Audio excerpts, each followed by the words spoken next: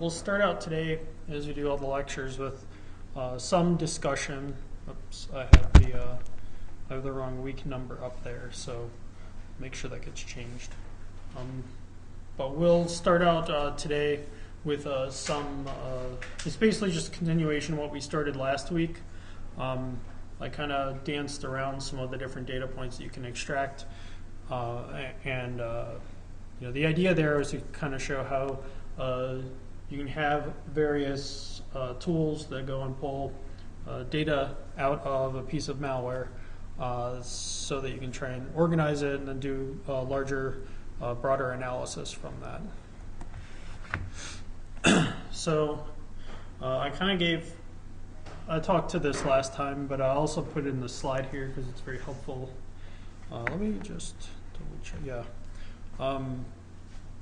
So there's a bunch of uses for the static analysis findings. One of the most common ones, so the purpose of doing malware analysis is so that if you have a team, people, or you do a function at work, or you have customers or whatever, who are trying to use your findings to detect malware in their environment, they want to be able to, do that. So that's a primary product that you put together with these things. The other big thing is to describe like purpose, function, or even threat level, severity, that type of thing of malware. So doing malware analysis, when you kind of learn what the malware looks like and everything like that, dive a little bit deeper and start to understand what the code does, what it's trying to do. And so we saw a good example of that from the lecture last week where I talked about using some of the function imports that it's getting from the Windows DLLs.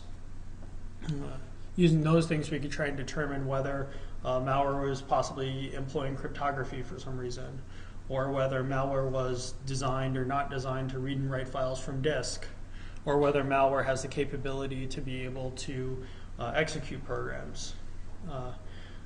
I will say that what we end up doing is we'll use those indicators basically to try and hint to us whether or not we're confident that a piece of malware does or provides a particular purpose or function.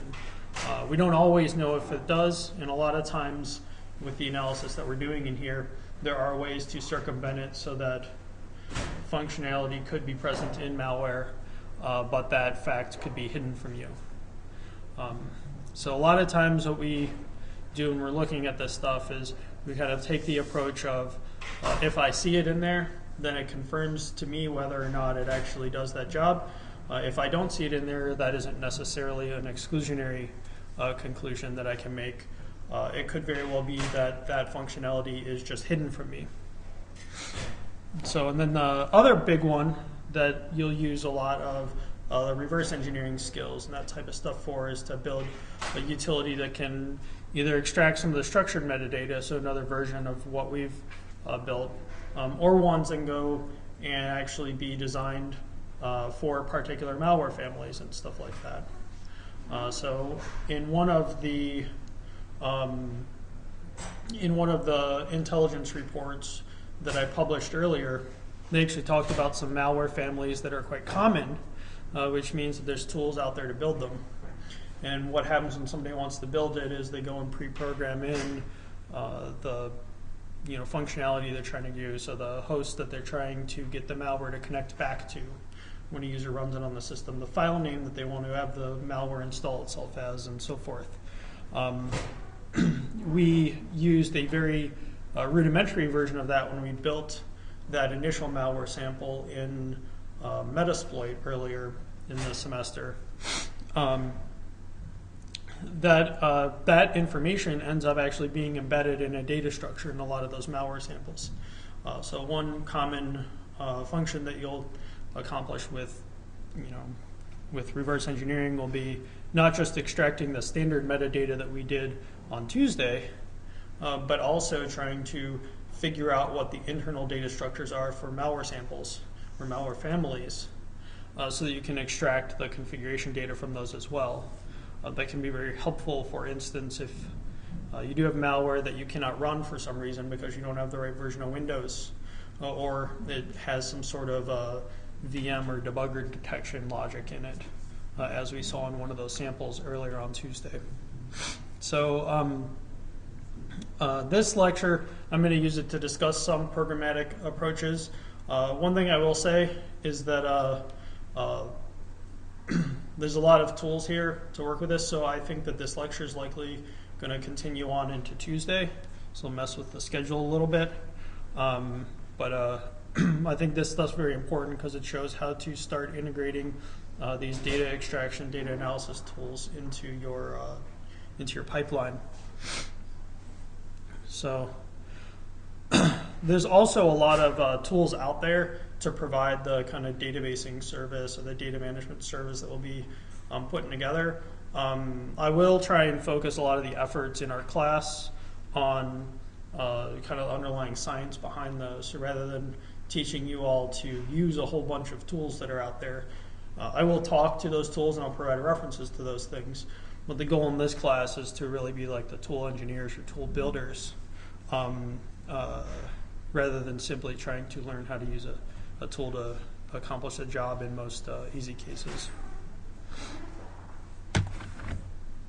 So, as you're probably aware, just from the number of reports that I showed earlier and just from common news, there's a lot of malware samples out there. Generally speaking, you're likely, UC probably gets an innumerable amount of them every single day targeting student email accounts and other things. Because of this, it becomes very common to have to build up like a large pile of data from malware analysis, especially if you want to be able to collect information from many, many samples. So basically, do bulk data analysis, that type of thing. So I usually tend to look toward some sort of database solution that has like a programmatic API to it. So those are the two up there that I commonly use. So you've got SQLite, which is a really simple SQL-like database engine. It's, if I remember correctly, it's somewhat simplified if you were to compare it against a database server like MySQL or PostgreSQL, those types of things. It's a lot more simplified than those in that it allows you to basically write a little SQL database on disk that is interacted with your program that uses its library. So you don't need a separate server running, you don't need network connections set up and all that stuff. MongoDB runs a lot more like your traditional database server, but one of the benefits to MongoDB is it has a very simple data model to it. Or I should say it has a very, very, how should I put it? It does not enforce any strict data formatting for you. And we'll get into that in a little bit. So like I said, we'll be talking about building tools and things like that. So doing a lot of the engineering work because it's kind of the focus of this, program. But these two projects are popular on the internet, and I definitely recommend them as something for anyone to look into. I don't have either of them installed on the VM that I'm using, but I do plan in the future to release a VM to you that does have both of them installed. So I recommend visiting them. I will say how this kind of breaks out is crits ends up kind of being the Western or the or I should say the Western Hemisphere or the U.S. Driven project. So a lot of the U.S. community that deals in cybersecurity research frequently uses crits. MISP is typically relegated to the Europe, NATO allies, that type of stuff. I've seen both of them used all over the place, but the trend tends to be the crits ends up being a lot more adopted by the US, and then the MISP ends up being a lot more adopted by our European friends.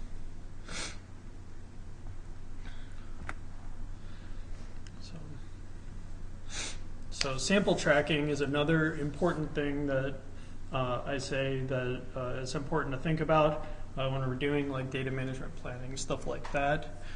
I give an example right here of, if you remember when we built that attack back during the second week of class, you could pick a name for the document, you could pick a name for the exe, and I forget exactly which name we picked for it, but it was something like evil.exe or something like that. If we wanted to, we could very easily call our malware notepad.exe. All we really have to do is change the name of the file on disk. Because of this, typically referring to malware samples by their file name, so calling something the notepad.exe virus or something like that ends up being it's discouraged, and very obviously is can present a lot of namespace collisions. Not the least of which is that there's probably a whole bunch of different malware out there that like to be named notepad.exe. So the most common approach I've seen in the industry is to use your common, standard digest hashes to define them. So you run all the bytes in your malware sample through any one of these digests, and you'll come out with a really long number that's supposed to be a unique identifier for that malware. So it's worth looking into these. I put the links to the RFCs that define each one of them. This last one actually is the kind of overarching RFC. I believe it's the latest one for the secure hash algorithm, the newest array of those. So like the 224, the 256, the 512, all that stuff. So, and any of those are acceptable. I'll say that these three end up being the ones that I've seen used the most. And so why I say three is that just like I told you, there's like these two systems over here. It's very common in a lot of the reporting documents and stuff like that for them to only use like one of these when they're reporting it out, or some people create databases that only store one of these or maybe two of these. So collecting all three of them on the samples that you're using means that you are more likely, if you're doing research on system or research against data sources that you didn't originate, you're more likely, 3 times more likely possibly, to encounter an overlap. So if you happen to be looking at a malicious file, you want to see if someone else has seen that file. If you only have the MD5 digest to work off of, and other people have made like the SHA-1, for instance, and they've put that in reports, then you'll never be able to tell if the file you're looking at is the same file that was on there, unless you're collecting all of them. So that's kind of what I recommend. And Python provides a nice hashlib for these, but also the math behind implementing these is pretty simple as well, and you've probably had to do it in some sort of data encoding class or something like that, or even network security maybe. So I'm going to use MongoDB for doing a lot of the structured data ingestion. I say structured data, but it's kind of disorganized structured data. So non-strict structured data. I like it a lot, mainly because it's really easy to get started with. I don't have to fiddle around with coming up with a schema that attempts to take into consideration all the possible variables or all the possible things that I will ever in the future want to extract from a piece of malware. I also don't have to come up with like data organization approaches and all that stuff. It also comes with a lot of really nice programming interfaces, and this is by no means a comprehensive list, but I thought it was a pretty good list. So it uses a JavaScript engine for internal querying and command line interaction. So I can actually run, just like if you run MySQL from the command line or any of those things, you get an interactive shell that allows you to issue SQL commands. This has the same idea, except they decided for whatever reason to just use a JavaScript engine for doing this. It's very helpful because almost everyone has probably had to deal with JavaScript at some point. So that ends up being very easy. And it supports I should say JavaScript supports data formatted in, key value data formatted in a JSON-like format as well. So if you're dealing with data extraction, that type of stuff, it lends itself to that. So in Python, there's these two that I've seen used. And the big difference is that pymongo is a very simple, lightweight wrapper around a lot of the JavaScript commands that exist. So Mongo engine is a lot more like the data models, or I should say the data frameworks that you would be familiar with if you've ever had to do some of like the MVC application programming and stuff like that. So if you've ever used like Ruby on Rails or I can't remember what the ASP.NET one is or what the Java one is, but any of those frameworks where you're creating like a model view controller type of interface, and they have these very well-defined data models and everything, Mongo engine kind of puts that structure and organization around the data that you're putting into MongoDB. So it can be very helpful, for instance, if you're concerned with say whether your MongoDB objects are going to become too complicated or vary a lot. So it's definitely a good one to look into. Requires a lot more effort to set up than pymongo, but then ends up with a lot more consistency in the data storage. So finally, I just put up here, like if you're familiar with the Go language, there's also a package for Mongo for that as well. Which is worth looking into, and as far as I can tell, it's very similar to the pymongo interface. There's also C, C++, Java, and so the full API list is actually right there. I'll stick with using pymongo. It's the one I'm more familiar with, and it also allows you to interact with it with the least amount of like extra support code. It also allows you to directly deal with the operations that you can use on it. So, but basically for Python, you can use that to import it. So the other thing that's nice, like I said, it has a command line. So I can basically create a new database that I just called CS7038 for the class. And then I can go in there and I can create a new collection, which is kind of its equivalent to tables. So since it's not really a tabular organization of a database, it's more of like a key value store. They don't tend to use the name tables because they don't tend to store data in a manner that that looks rectangular. If you were to draw it out, it's a lot more kind of tree-like, I guess. But you can see, like here shows the querying against the database to show the structure that's in there. One of the nice things also about MongoDB is if you do try and start using these things and they haven't already been created, generally speaking, unless it's configured otherwise, it'll auto-create them for you. So that just kind of is another piece in the direction of usability that they try and go towards. And basically try and make it easy and and very low impact to use. So I've already done this on the VM that I've got. So now what I would want to do is I'd want to import some of the some of the data elements for a sample. So so the tools that we used on Tuesday, two of them was the obj dump and the exif tools, right? So the obj dump tool, what that would do is it would look at the executable program. So it's designed to parse program data, so exe files, Linux programs, DLL files, libraries, things like that. And then exif tool is supposed to extract data from the headers of all sorts of different file types. And I showed you there's like maybe hundreds of them that were available. So if I want to put together a small program that goes and pulls, say, this list of data, I can do that with Python.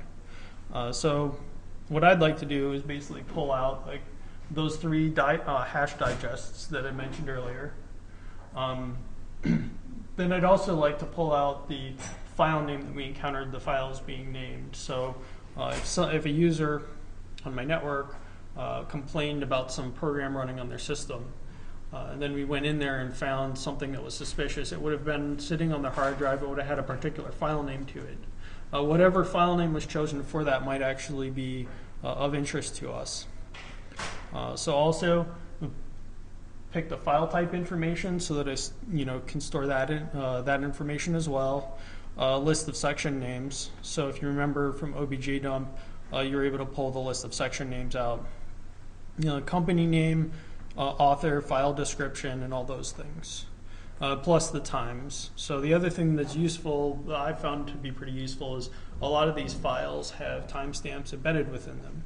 And if you're trying to find out, say, what happened on your system, when it happened, how long ago it happened, stuff like that, being able to collect all these timestamps can be very useful because you get to be able to have a nice timeline to build from those. It can also kind of give you an idea of this particular tool that I found on our network. It's very unlikely that I'm going to have to look for network traffic that existed before that file was built, for instance. So I'll jump over here now to my VM. And so this is Mongo, and I'll show the databases. So you can see that CS7038 database is already created. So I think I can do this. Yep. So I can use it. The interface is very similar to MySQL, so I can do that. And then I can show collections. So there's malware collection and system indexes. So system indexes is just that comes on a lot of these, and that's where it stores the index information for speeding up retrieval and speeding up searching. But I can go and look in the, or not, whoops, sorry.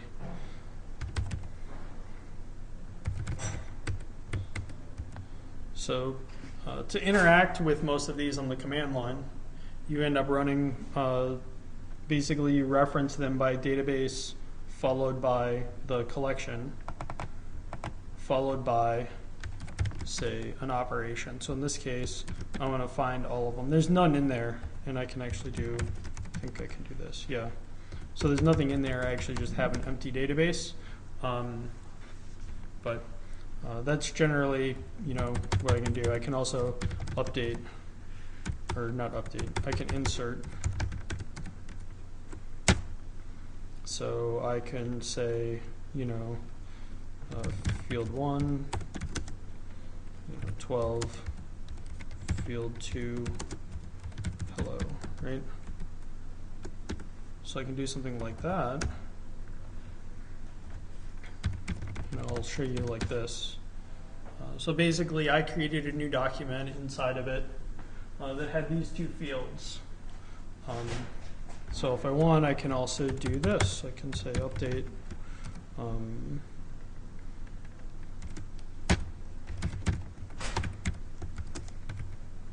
So what that's going to do is I'm telling it what I want to update, and in order to tell it what I want to update, I first give it a pattern to look for. So it's going to look for things that are stored in the database where they have a key that's named field 1 and that has the value of 12. And then what I might do is I might insert a field 3 into it that has maybe these things. And so now, I overwrote it. Sorry about that. I'll just insert another one in there. So if you do mess up, you can also do this to remove everything in there. But I need to go back here and I need to insert this again, and then I can't remember. I think I do. So what it did was it replaced my document with this new one that I had. So up here, what it ended up doing was it found this and then it replaced its entire contents with this, which is something that's perfectly legitimate to do. But I actually didn't want to do that. What I wanted to do was I wanted to add this field to it. So when I do that, it has a set of operators.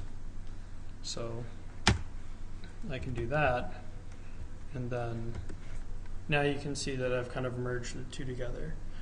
The reason why I'm going through this sequence of steps is to try and give an idea of what I'm, what I'm going to be doing in the Python code later on. So I just kind of wanted to give some insight into the features and functionality that exist in this database engine.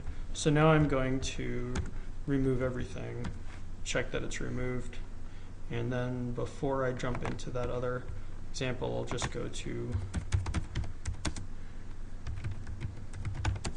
or update. So just like in SQL you have update and insert and all that stuff, this one has similar stuff or similar functionality. And so you can go, I'd say, search for something like that. They're all called like update operations. So let me see if I can find it. Yeah, here we go, this one. But basically, it kind of gives you an idea of all these different operators. So what I ended up using was this one right here. But I can also like remove the specified field, etc. And I'm not going to go through like an exhaustive review of every single one of these, but I will go and bring up some code that I was working on.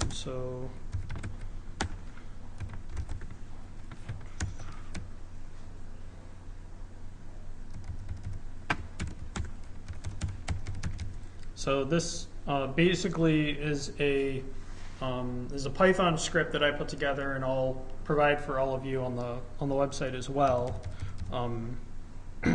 if you want to use it as kind of like a reference. And so basically, it's how I put in some skeleton code here to connect to Mongo, and also a bunch of comments in there to kind of explain what I was doing at each step. I even have it so it has like uses the argparse feature to have like a nice help and everything. So the approach I typically take when I'm building something that's supposed to do some sort of like data collection from a particular sample is I'll definitely want to try and open the file, and then I'll try and establish a connection to the database where I'm going to store it, and then I'll create an empty object. So with MongoDB, this works out really nicely because MongoDB basically just takes like I showed you, it takes a JSON object and it just tries to plop it into the database. So one thing I need to be careful of is that I want to make sure that anything that I'm putting in the database tries to use the same field names and everything like that, so it's consistent for me.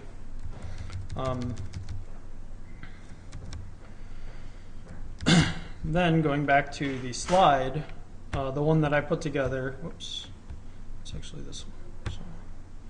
So, the one that I put together lists a few specific what I call collection requirements, or just kind of collection points, which was that I wanted to collect these things and then use them as identifiers. So when I say identifiers, I'm going to use them as something that if I search for that in the database, then the only thing that I get back is exactly the one file that I'm asking for, the one file I'm looking for. So it's kind of a value that is a one-to-one relationship between file content and value.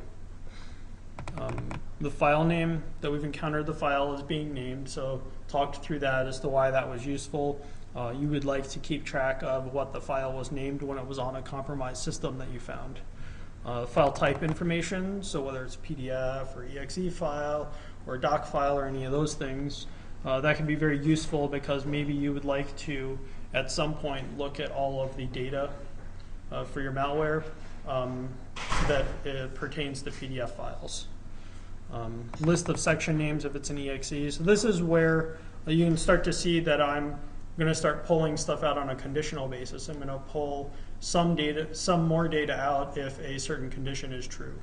In this case, like a list of section names, those things don't exist in, or at least not in the same fashion in other file formats, but they are informative in the EXE file to me. Company name as well, if it exists, if it's embedded in the file, and I showed there was an EXE file that had it, and I think there was another one that didn't.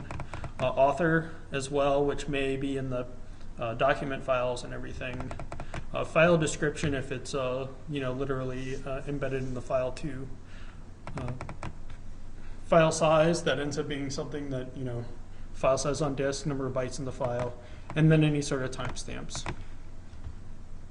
So what I ended up doing was first I want to generate the hashes. So I want to generate the hash digest, or digest hash, or whatever you want to call them, for each one of them. And so I actually used the Python's hashlib, which has a lot of helper modules that I listed right here. So basically, generally with hashlib, the sequence of steps is I create a new hash engine, then I feed a bunch of bytes to it, then I have it give me a digest in the end.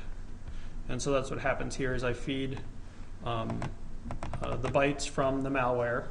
So I read all the bytes from the malware into memory, and then I feed that same memory buffer to all three of these calls so that they compute what the digest would be for every single, what each one of those digests would be for the same bytes.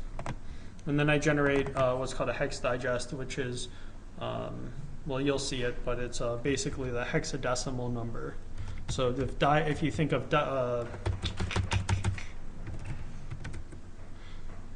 we'll just do this. So if you think of this as really being a number here, so it's just a really, really long number, then it can either be in binary, which is really common to use in protocols, or you can use it in hexadecimal, which is really very useful and common for human readability and also typically published in documents. So, so now I have like all these different files here. What I can do is, again, I'll just show that. What I can do is I can give it, say, one of these files. So install.exe. And so then what I have it doing is after it adds it to the database, it actually gives me a list of everything that was added to the database. And so this is the stuff right here.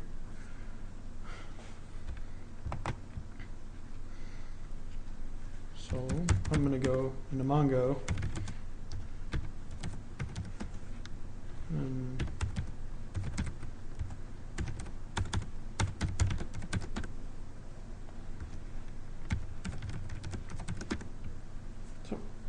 there you go. So I basically have something that can go through and it can identify, or it can extract those data points from the file and store them in here. So the reason I put together a tool like that is so that if I really want to, I can go through every single one of these. So I'm going to move my script out of the way for a moment because I don't think that that's malware. And then what I'm going to do is, so in Unix, and you'll see that I do this quite frequently when I'm running through something, is I'll try and make use of some of the Unix tools in order to achieve some sort of end goal. So I'm actually going to pipe these to a tool right here called xargs. And what this does is it says that it's going to read in a list of input, and then it wants to apply that to a program that I'm going to have it call, which is this one. but I only really want it to apply one, I should say, provided on the command line once. So some of you are probably familiar with some of the command line tools. If I have 5 files I want the program to run against, you can put all 5 files on the command line. I didn't write my tool that way, so I tell it just to only use one at a time. So then what you can see is that I added each one of these to the database, and so I have 1, 2, 3 really. But I had 5 files input, so you know, why do I only have 3 of those things? Well, that's how the script was written, with the specific intent, and I'll go down here and load it up again, that it would not create duplicate records in the database for a single file, or I should say for multiple copies of the same file. So if you remember, I manually ran it once to put that, I think it was the install.exe file into the database. What I end up having it do after it computes these hashes right here, and you might have picked this out earlier, is that I have it go and then look in the database for any objects that are already in there that have the same SHA-256 header, digest, and also the same size. Generally speaking, just searching for this is fine. I just did a search for both of them to be a lot more specific. So then, if the results, and you remember I did the count operation on the command line as well and showed that there was 0, I can also do, I'll go back here to Mongo, use CS7038. So if you remember, I can do malware.find like that, and that shows me all the things. I can do malware.find.count. Oops. If I can type correctly, I can do it. Then I have 4 in there, right? So that script processed all 5 of those files, gave 3 updates. So it said that it added 3 things to the database, and we have 4 things here. So we already added 1 manually, and then it added 3 more things. So, so then you can go down here. What I did add was that if a result was returned, that means that the file I'm trying to add already exists in the database. So if it exists in the database, I don't want to re-add it. I don't want to add all those fields again or even overwrite what was added before. But I might have some more information that I want to add, for instance, the file name. So the file name itself might be different. So I have some extra code here handling that case, where if the file name is different, it attempts to add it as a set add operation, if you're familiar with sets from the logic class that many of us are in together, or the or anything like that if you've ever dealt with Python before, or programming languages that implement a set. And basically what that means is that it treats the names as a set rather than treating them as a list. So under the hood it's still a list, but what it does first is it looks to see if the name it's trying to add already exists in there, and if it does exist in there, then it doesn't do anything. If it doesn't exist in there, then it adds it to the list. And then it exits immediately. Otherwise, if we didn't have a collision, so if the count ended up not being 1, ended up being 0, then it goes through here and continues building, so it continues filling up the fields in this malware object, and then it also executes external programs like that exif tool one that I showed you on Tuesday. It parses its output, and we'll dive into kind of what I'm doing here. Some of these tools that you saw me using, they actually have some nice command line options that allow you to change the output behavior based on if a script is reading them or if it's a human reading them. So I execute that one, and then I also go through and try and execute the obj dump program as well as an external program, and then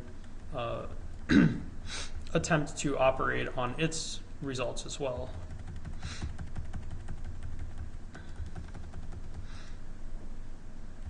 So, and then finally, I get down here to the bottom, and I execute that insert operation. And this is one of the things that's really nice about Mongo, is that when I build up my data object, which is really just a Python dictionary, so you saw it up here, right here, where I said, that rolled off the screen. So added to database, this thing right here. So that's me really just printing out the Python data structure to the terminal to show you what was added. So really that's all I passed. So then,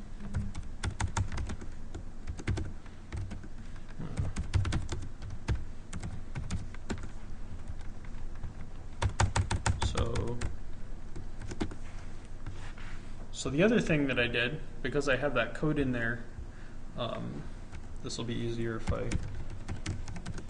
use the pretty printing of the display.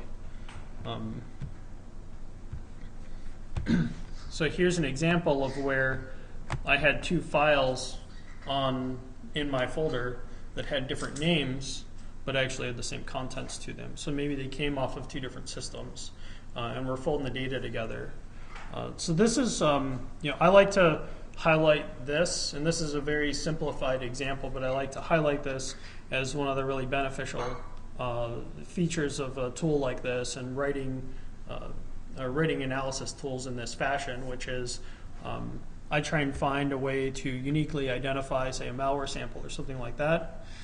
And then I use the database, instead of it being a record of all the incidences where I collected that malware sample, I try and use it as a growing repository for the information that I know about a particular sample, so that I can pull in malware samples using tools like this.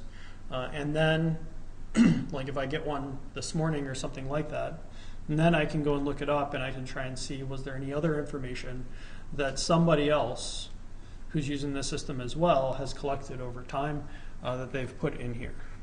So in this case, if I collected foo.exe off of somebody's computer today, and then I loaded it in here, and then I decided to go in here and look, extract the record that matched my foo.exe, I would see that, oh, someone else found it as install.exe. That might tell me that I need to go and look on that system and see if there's also an install.exe, or something of that nature.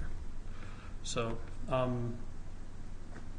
it's basically how to build a tool that's very useful to use among a team or group of people. And while not necessarily a malware analysis topic, I've always felt that that strategy is extremely beneficial to,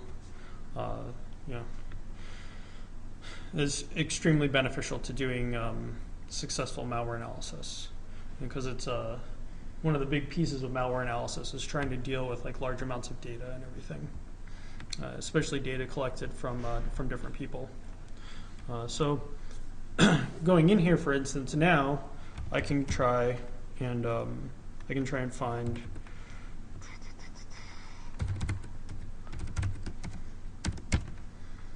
type, say,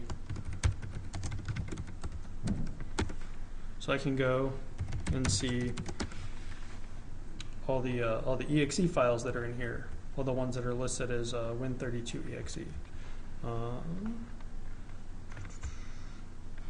Then I can try and see, for instance, all of the ones that are where the, say, creation time, is 2012 or something like that. So I can use regular expressions. So you can see that there's one here.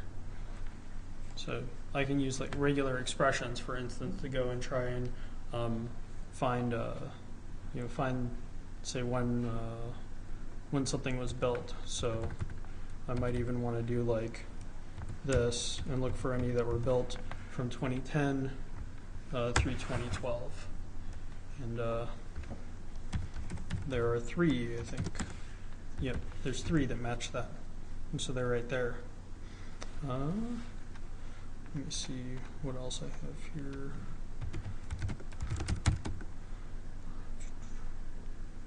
So there's one file that it didn't pull in for some reason. So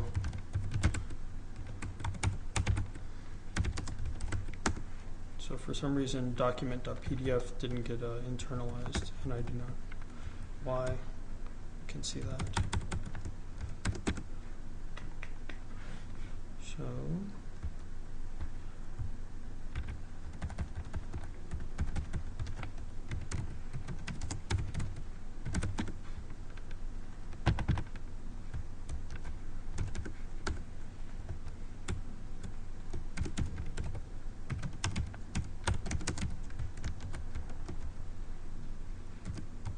and it may be that I have some something messed up in the script that's unable to see it.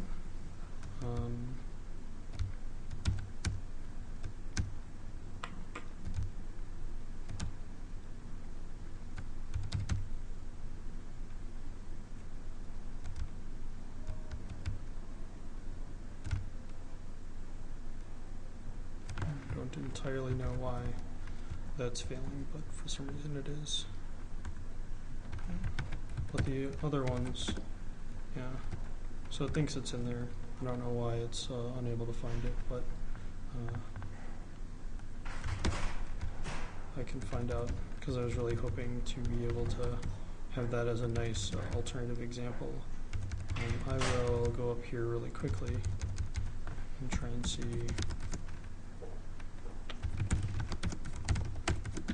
This could be, yeah. So it shows it here for some reason. I do not know why. It's so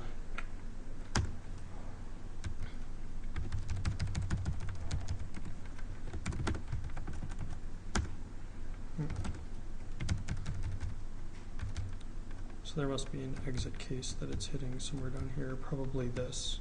Oh, this is why. So what happened here is a really simple mistake.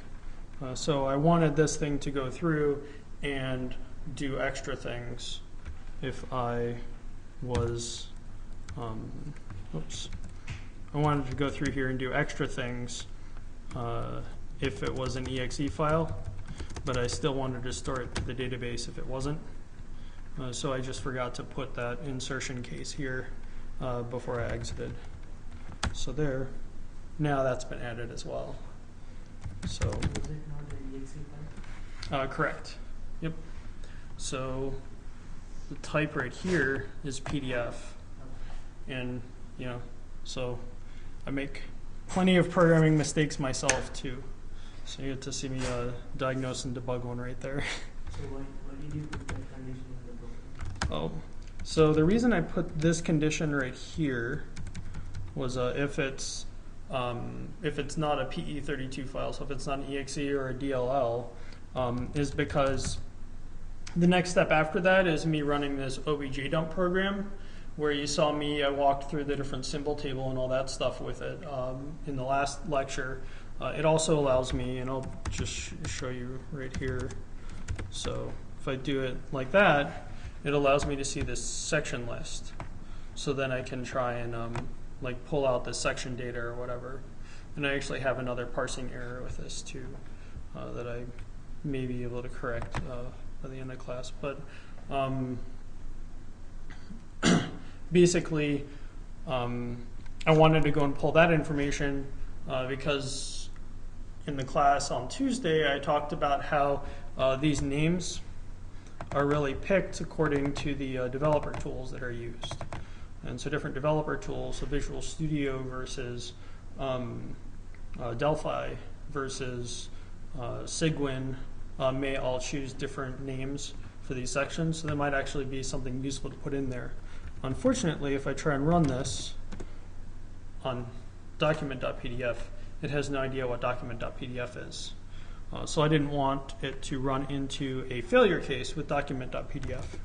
So I put that in there, but unfortunately I forgot to do the commit to database part. So now that's solved, and then I can go back there, and I can do, or whoops. So now you can see I have all 5, and I can do, for instance, type PDF, right? And then I can show the one file that's a PDF. You know, using that, I can also, I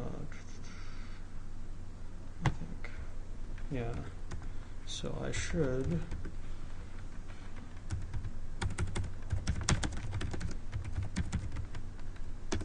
I'm going to put some more malware samples. So I actually have in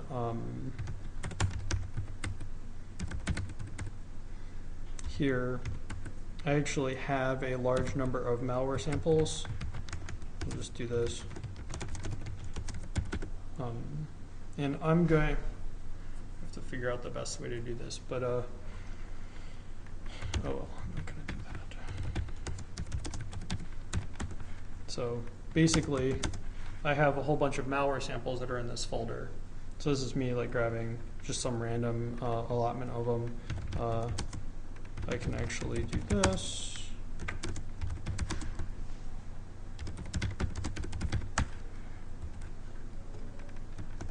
Then you do this. Yeah. Oh, I can't do it because of that thing, but that's fine. That program is broken on my laptop for some reason. Apologies. But, whoops.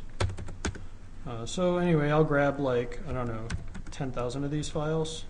And then I'll just do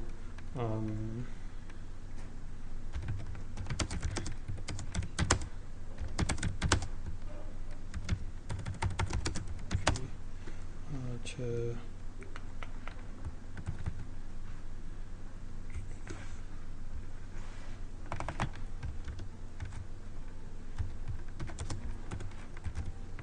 see if that works. There we go. So I'll just copy all of them into this folder here. And the reason I'm going to do that is because then I can share this folder in my VM, and I'll go ahead and do that now while it's all copying. So I can use the shared folders. This is where the shared folders thing comes in handy. And so you can see I already have one in here, and I'm going to add another one.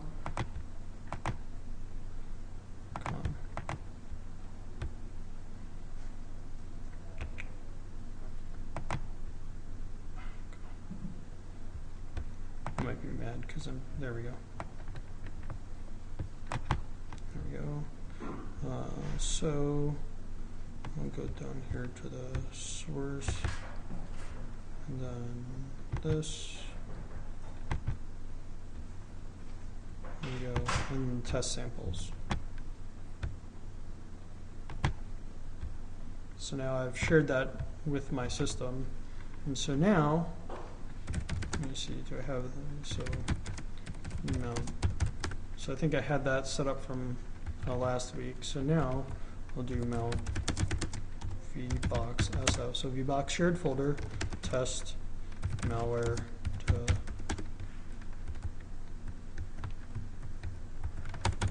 test samples. There we go. I just got the name of the folder wrong. I'm sorry about that.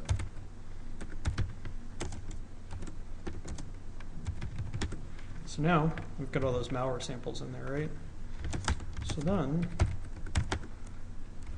what I'm going to do is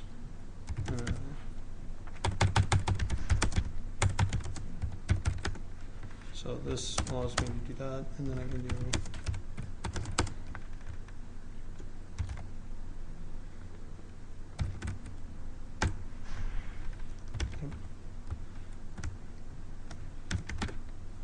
so there we go.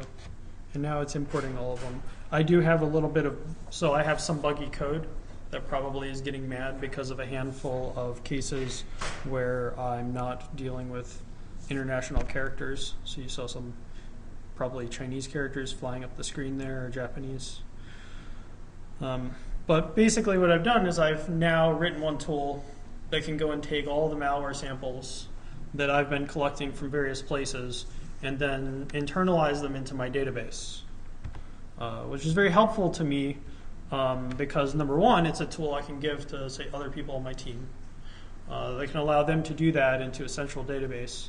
But also it means that from then forward, all of the records that I have stored for this malware and everything are going to be hopefully more or less consistent. And so I can go here.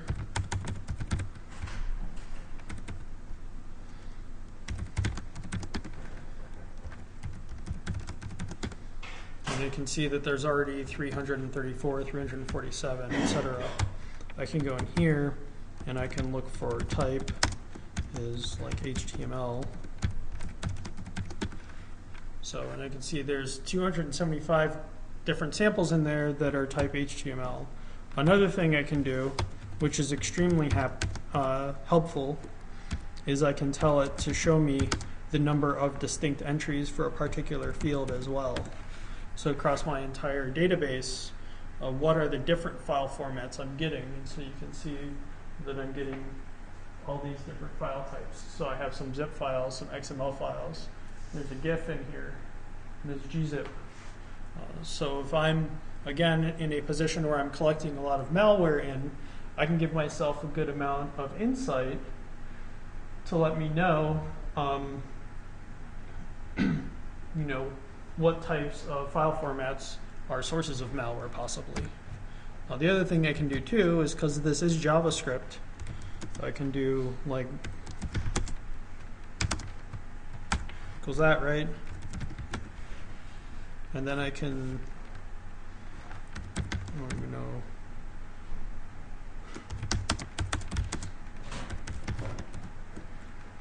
I think I can do like,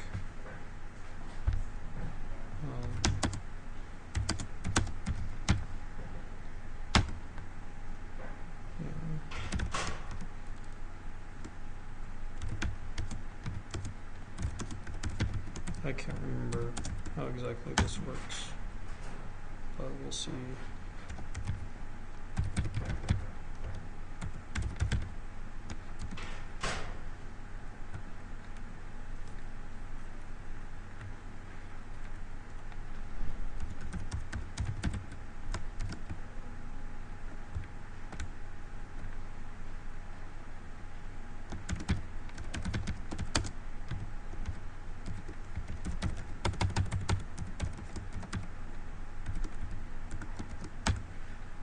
Something like that. I'm probably butchering it. But you can do little JavaScript loops to try and get this stuff too. So let me try this and see what happens. Oh, that's the problem, is it's actually the more useful thing. So I can say b sub x equals types sub x, like that, right?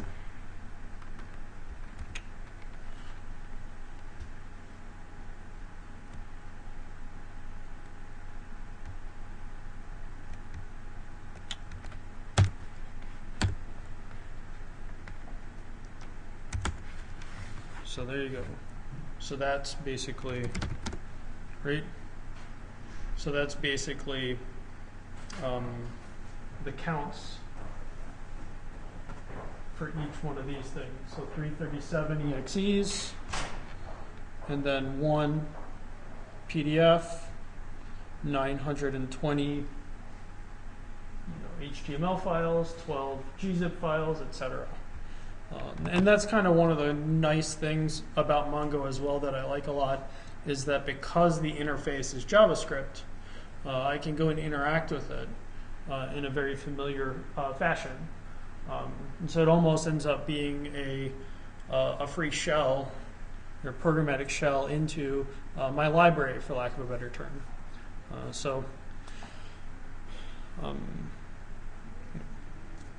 We're coming up on time pretty close here. We got about 13 minutes left or 12 minutes left or something like that.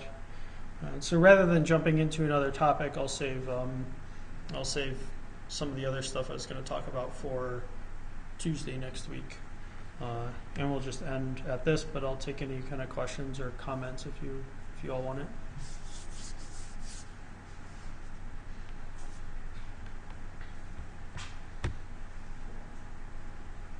Yeah, sorry. 15 was the time. Here, I'll go back here. Yeah, like the number of zip files. So what it did here is, you're talking about this right here? Yeah, so what it does here is it, the way that JavaScript language works is that every single one of these operations need to return something. And Perl actually behaves this way too. It's really weird, but it's just how they behave. JavaScript and Perl are both weird things as far as languages go. So it walks through, and then what this ends up returning is it returns whatever the value is from the final run. So in this case, it's the last entry in types, which was assigned to var x, is that actually ends up being what's returned there. At least I think that's the reason why it's doing it. So this shell, what it does is it wants me, so if I type 10, then it's going to print 10. It's a similar thing to like what Python does. So it wants to print whatever the, whatever the R value is for the operation. So in this case, it just happened to be whatever the last value of x was. So Perl kind of behaves in a similar manner, except it would print out whatever the value of b sub that last x was.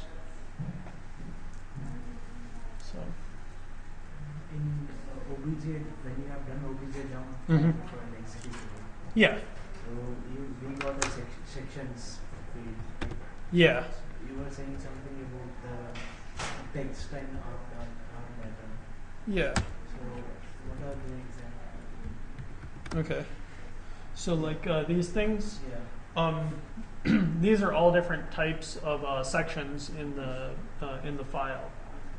So what they actually have, you can see if you look on this second line underneath each one of them, they actually have some flags that describe what they do. So for instance, it has like a read-only flag for this section, but this one doesn't have a read-only flag, which means that section's read and write. So when these sections exist to tell Windows, when it loads the program into memory before it starts executing code from the program, it tells it where to put parts of the file in memory. So you can actually have these organized in memory in a manner that's out of order from what they are in the file if you want. I don't know what the feature that would be. But the other thing too that can happen, or that happens, is you have them defined as either code or data sections. So like code is going to be stuff that's executable, stuff that's supposed to be program code, and the rest of these are data sections, which are generally supposed to be read or write, and also sometimes they'll be, Windows does some other stuff to load them, to provide a lookup table for them. These names are typically chosen by Visual Studio, although a number of other development tools use this convention as well. And so Windows, for whatever reason, uses the text name to mean the code. However, Delphi will actually use the word code. I don't know why they make that distinction, but they do. Data, that ends up being where a lot of the compile time data is stored, and also So it's basically some of the other stuff. Just categorize the pieces of the file. Exactly. So that it becomes easy for the operating system. Yep. Yeah. It also allows you to provide this sort of separation of duties for them. So everything that's in data is going to sit in this one contiguous block. One of the benefits you get from that is that when you're loading this program in Windows, I can force all these other things to be read-only, and the only thing that's writable is my data section. So some of you probably learned from your like security vulnerability class that one of the big problems that plagues a lot of Windows systems is cases where executable code can be written into memory somewhere. So if you could write to this code section, then you could overwrite, say, executable code in a function with some other code that you want arbitrarily. So if all of this stuff was sitting in one big block, when Windows sets up memory, in order to be able to read and write data in your program, it was all intermixed with everything else, then you'd have to make sure that the memory that also includes instructions was read and write. Mainly because you don't have a byte level granularity for doing access permissions in Windows. Or in, it's not a Windows problem, it's actually the processors in these things don't have that level of granularity. So really they have like a granularity of like 4K typically. So anything that's a multiple of that 1000 hex, which is 4 kilobytes, anything that's a multiple of that is generally what the access permissions granularity can be set at. So in this case, this data section is supposed to be loaded at this location, and then it's supposed to have, it says that it's this size on disk. So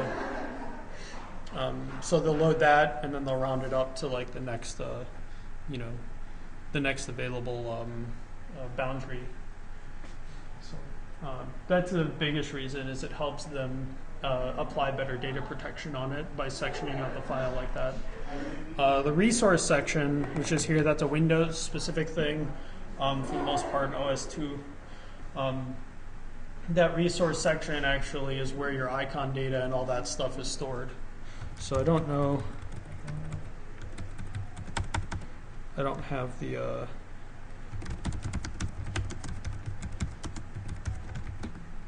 don't know if I can install this, I don't know where that thing is, but What's the meaning of icon like this. icon? Yeah, so in Windows, if I load up that Windows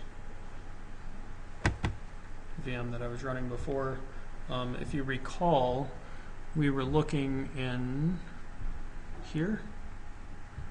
So I'll go back here, and then I'll look in Windows, System 32, right? Show contents. Okay. So some of these, like this one, has a very generic icon, but then other ones like this CLI config has an icon that's very specific to that. That icon is actually embedded within the file. I don't know if there's a way to see anything about it there, but you can see it right there. That icon's embedded within the file. So if that icon, if that embedded icon doesn't exist, then what Windows does is if it's an EXE file, it automatically draws this icon for you, which this icon's embedded in Windows somewhere. And the same with this, if it's a DLL, but the DLL file doesn't contain an icon embedded within it, then it gives this alternate icon, which is embedded within all of Windows. So it's basically a little picture that's stored in there.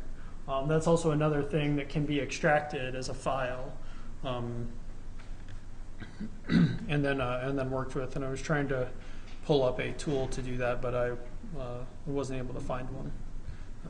I'll make sure that that gets installed on the VM. So I can't remember. Maybe it's called WinRes. No. Yeah, I don't know. So. One more question. Yeah. In metadata, import metadata Python script. Yeah. Which you have run. So, I guess you have in the beginning of the code. Yes. I noticed that 2 times of digest commands. Yeah, 3 of them. Yeah, how the first 2 sections are different from each other. Like the one hashlib MD5 and the below one. Yeah. Oh, how are they different? So, So basically, hashlib is, how hashes work is basically like what they do is you get an initial value, right? And then you read in a byte, and you plug that byte into an algorithm, and then it adds to the values. It changes the value with like an XOR type thing.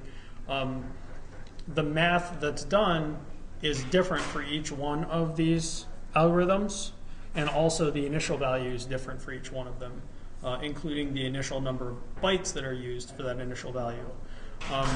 But the math is pretty much the same. It's basically read in a byte, apply math, sum the two values together. Read in another byte, apply math, sum the two values together. So that core loop exists in hashlib, and then there are a bunch of algorithm-specific implementations that have their own math function to run in that math stage, or have their own initial value, or have their own field width and stuff like that. So they basically genericized it all in this hashlib, where then if anyone wants to add a new hashing scheme, they can do that. They just need to make sure that they write a module that matches this hashlib. And because these ones are very commonly used, the ones I've selected here, it comes pre-packaged with those, and so there's these shortcut functions in here. So let me go. So this is the actual this is what I call the canonical way to use it. So I'll import hashlib, and then I can say tool equals hashlib.new MD5, right? So I can do that. If I try putting in something here that doesn't exist, that isn't an official, that there's no module for, then it goes and complains at me. But in this case, I was able to get the MD5 one, and then I can go and continue on as normal. So I can add a/n to, or you can just add a to it.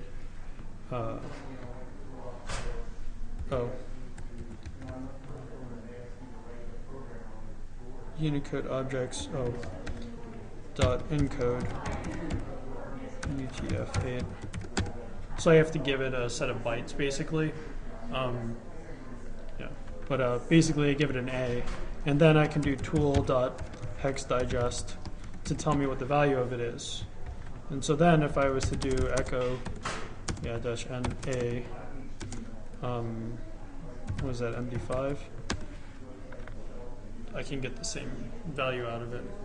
So in a nutshell, I'm just simplifying this step. So it provides an MD5, SHA-1, SHA-256 functions that allow me to bypass that.